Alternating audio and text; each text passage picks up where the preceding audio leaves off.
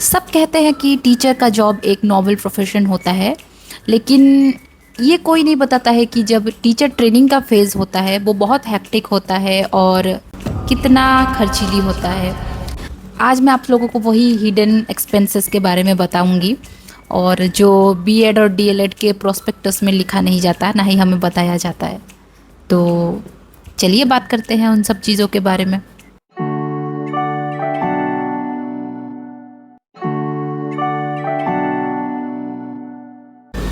Hello, welcome back to my channel. मैं आशा करती हूँ आप सब लोग बहुत अच्छे होंगे।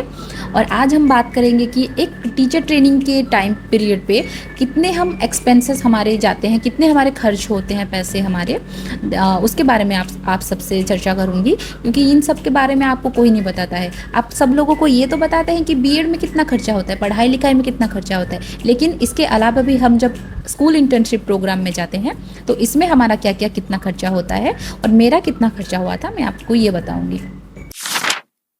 पॉइंट 1 में मैं बताना चाहूँगी स्टेशनरी एंड प्रोजेक्ट ऐप्स के बारे में।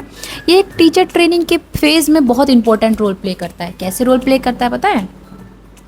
जैसे हमें हमारे टीचिंग एक्सपीरियंस को अच्छा बनाना है या फिर हमें अच्छे तरीके से पढ़ाना है, तो हमें टीएलएम का सहारा चाहिए, मॉडल का सहारा चाहिए एंड मैनी मोर्स। और हमें अपने लेसन प्लान को इफेक्टिव बनाना है, सुंदर दिखाना है, तो हमें कुछ स्टेशनरी का ज़रूरत पड़ता है।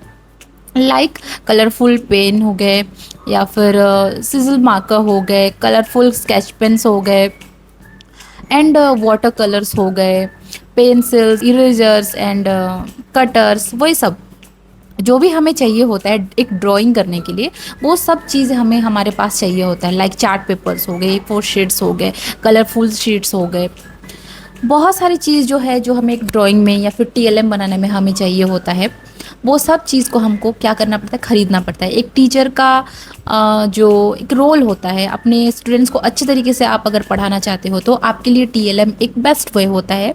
और इसके चलते एक स्टूडेंट टीचर जो होता है उसका जेब से बहुत पैसे खर्च होते हैं।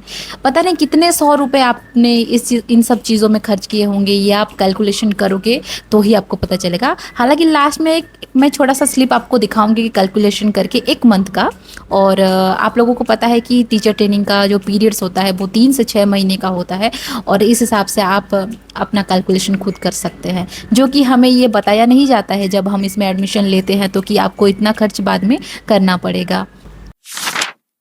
Second point is print out. Of course एक टीचर ट्रेनिंग के फेजेस में प्रिंट आउट बहुत ज़रूरी होता है। चाहे आप नोट्स का प्रिंट आउट निकाल रहे हो, चाहे आप स्टूडेंट के बुक से जो पर्टिकुलर सब्जेक्ट आप पढ़ाना चाहते हो उसका कोई टॉपिक अगर आपको पढ़ाना है तो आप उसको प्रिंट आउट निकालोगे। क्योंकि मैं जहाँ पे अभी पढ़ाई कर रही हूँ, बीएड एमएड कर रही हूँ एनजीएचबी में, हमको ये बताया गया है कि एक टीचर को कभी स्टूडेंट के बुक से नहीं पढ़ाना चाहिए, स्टूडेंट से बुक मांगना ही नहीं चाहिए। तो उसके प्रिंट आउट्स के अलावा हमारे पास और कोई ऑप्शन नहीं है।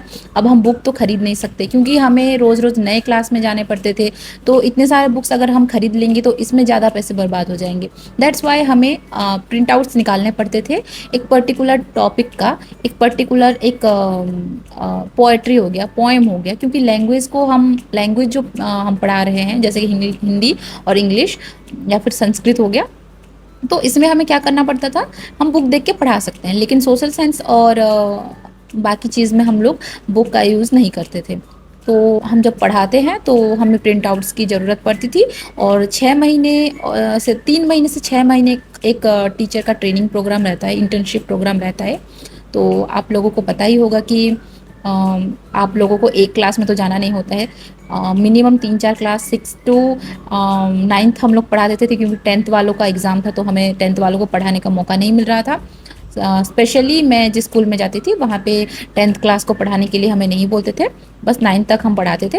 और कभी 6th क्लास में जाते थे, कभी 7th में जाते थे, कभी 8th में, कभी 9th में।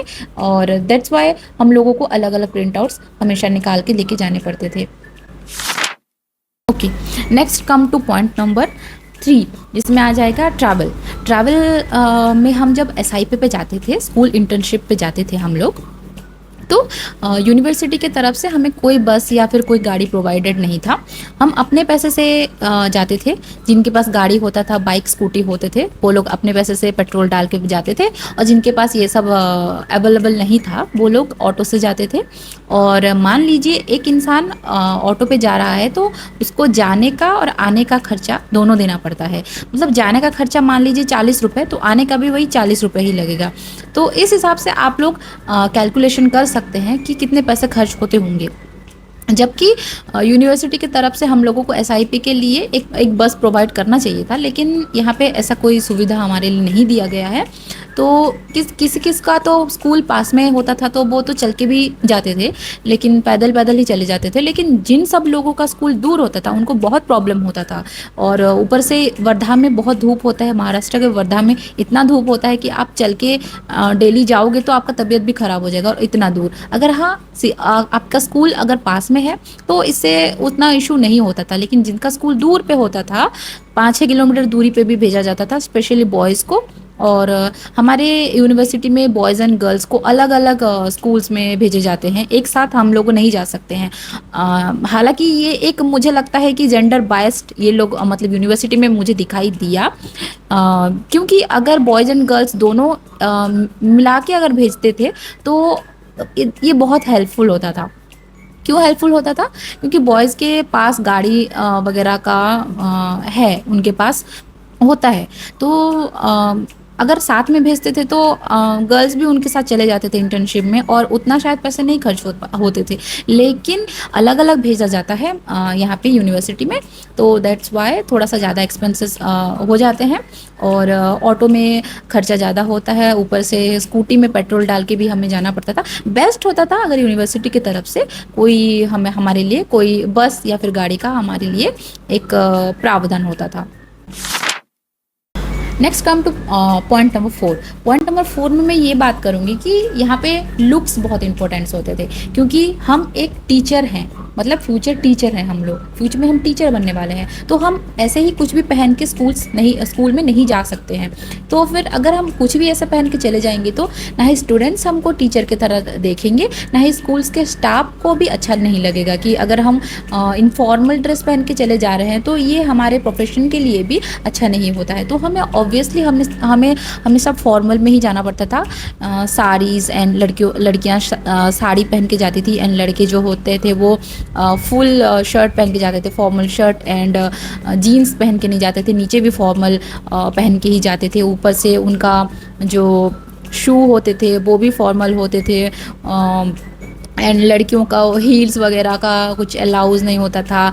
आप खुले बाल करके नहीं जा सकते, आप ज़्यादा लिपस्टिक यूज़ करके नहीं जा सकते। इससे ना क्या होता है, स्टूडेंट के ऊपर थोड़ा सा नेगेटिव इफेक्ट पड़ता है कि मैम इतना रेडी होके आ रही हैं तो ये हमें क्या पढ़ाएंगी।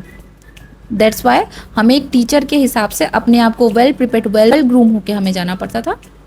एंड इस पे भी ज़्यादा पैसे उतने ज़्यादा पैसे नहीं खर्च हुए हैं क्योंकि हम डेली, अब हम 3 महीने के इंटर्नशिप में जाएंगे तो रोज़ तो एक नई साड़ी पहन के नहीं जाएंगे ना। लेकिन ऑफ कोर्स हमारे पास इतना तो साड़ी हो कि हमारे 3 महीने तक हमें एक ही ड्रेस को बार बार, एक ही कपड़े को बार बार पहन के जाना ना पड़े। तो मिनिमम तो हम लोगों के पास तो 5 से 7 हमारे पास साड़ियाँ थी जो कि हम उसको यूज़ करते थे, और क्योंकि हमें भी थोड़ा सा अपने आप को वेल ग्रूम करके जाना होता था। दैट्स वाई इस पे भी हमारा कुछ खर्च हुए हैं। तो इसको भी मैं इसलिए इंक्लूड की हूँ क्योंकि एक प्रोफेशनल टीचर दिखने के लिए अच्छा ग्रूमिंग होना इम्पोर्टेंट होता है। Next point is point number 5, और इसमें मैं ऐड करना चाहूँगी फूड एंड एनर्जी क्राइसिस को। जैसे कि हम लोग जाते थे, मैं मेरी बात कर रही हूँ, जब हमारा इंटर्नशिप चल रहा था तब हम लोग 9:30 से निकल जाते थे हॉस्टल से स्कूल्स के लिए, और हमें उधर शाम के 5 बजे तक रहना पड़ता था। तो हमारे लिए दिन बहुत हेक्टिक हो जाता था। हमें डेली 2 क्लासेस लेने पड़ते थे, और वही लेसन प्लान वगैरह, daily lesson plan, daily TLM बना के हमारा दिमाग बहुत मतलब फ्रस्ट्रेट हो जाता था कि डेली वही काम करो, डेली वही काम करो। लेकिन मेरा मानना ये है कि हमें ये चीज़ जब हम कर रहे थे तो पहले पहले हमें ज़्यादा मतलब इरिटेशन होता था कि क्या है ये, जैसे भी करके ख़त्म करो।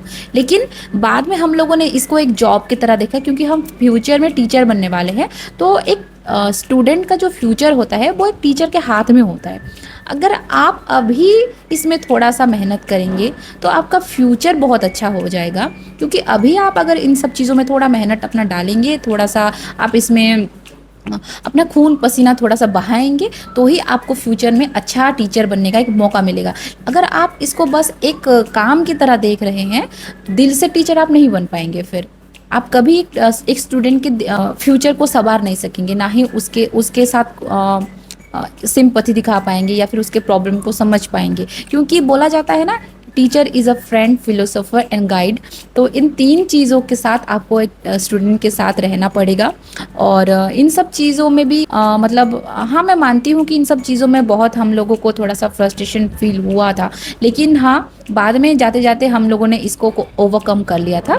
तो फूड एंड क्राइसिस की मैं अगर बात कहूँ तो अब हम दिन भर वहाँ पे रहेंगे, स्कूल में ही रहेंगे, तो ऑब्वियसली हमें मेज़ का खाना या फिर वो सब चीज़ें खाने का मन नहीं करेगा। क्योंकि एक इंसान को अच्छा खाना चाहिए होता है जब वो थक के घर आता है तो। लेकिन यहाँ पे तो घर नहीं है, हम हॉस्टल में रहते हैं।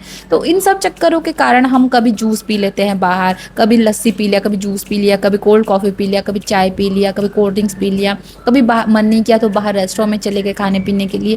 तो ये अपना चीज़ है कि हाँ, अगर अच्छा खाना मिलेगा तो दिमाग भी अच्छा रहेगा, हंसी खुशी से हम रहेंगे और आगे का वर्क भी हम कर पाएंगे इन सब चीज़ों का। तो दैट्स इट। और ये 5 पॉइंट मुझे इम्पोर्टेंट लगा। मतलब हम सब, मतलब मेरे हिसाब से मैं देखूँ तो इन 5 चीज़ों में हम लोगों का खर्चा हुआ था एसआईपी में। तो आप बताइए कि आप इन 5 पॉइंट में से किस पॉइंट से रिलेट कर पाए हैं, और इन 5 पॉइंट के अलावा आपका खर्चा कहाँ ज़्यादा हुआ था ये भी आप मुझे कमेंट में बताइए। और आप कहाँ कहाँ से देख रहे हैं ये भी मुझे ज़रूर बताइए। और ये 5 पॉइंट के अलावा भी कुछ और पॉइंट्स हैं तो आप वो भी ऐड कर सकते हैं। पर मैं एक लास्ट में एक बात कहना चाहूँगी कि जितने भी ये हम लोगों ने खर्चा किया वो हमारे लिए वर्थ इट हुआ। क्योंकि जब हम स्कूल छोड़ के आ रहे थे तो जो स्टूडेंट के आंखों में जो आंसू आए थे हमारे लिए कि अब टीचर्स हमें पढ़ाने नहीं आएंगी क्योंकि इंटर्नशिप ख़त्म हो गया है, तो वो हमारे लिए बहुत प्रेशियस था। और बच्चों के साथ हमारा एक अटैचमेंट हो गया था। उनको जब हम छोड़ के आ रहे थे तो हमें भी बहुत बुरा लग रहा था। वो प्यारे प्यारे ऐसे अपने प्यारे प्यारे हंसी से हम लोगों को बोलते थे कि टीचर आप मत जाइए, आप मत जाइए, आप क्यों जा रहे हैं। तो इन सब खर्चों को मैं साइड कर दूं तो जो बच्चों के साथ हमने टाइम स्पेंड किया, that was the very very very peaceful moment and very happy moment for us. और लास्ट में मैं इतना कहना चाहूँगी कि आप इसको टीचर को एक टीचिंग जॉब को एक जॉब की तरह, एक अपना वर्क की तरह मत देखिए। आप दिल से टीचर बनिए, आप स्टूडेंट के साथ इंटरेक्ट कीजिए, एक फ्रेंड्स की तरह उनकी प्रॉब्लम्स को जानने की कोशिश कीजिए, आपको भी बहुत अच्छा लगेगा। Thank you so much. And अगर मेरा आपका आज का वीडियो आपको अच्छा लगा तो प्लीज़ चैनल को सब्सक्राइब कर देना और शेयर कर देना भी आपके फ्रेंड है जो टीचिंग फेज़ में है या फिर ट्रेनिंग फेज़ में है उनसे, ताकि मुझे अच्छा लगेगा, मुझे थोड़ा सा मोटिवेशन फील होता है इन सब चीज़ों से। और थैंक यू सो मच।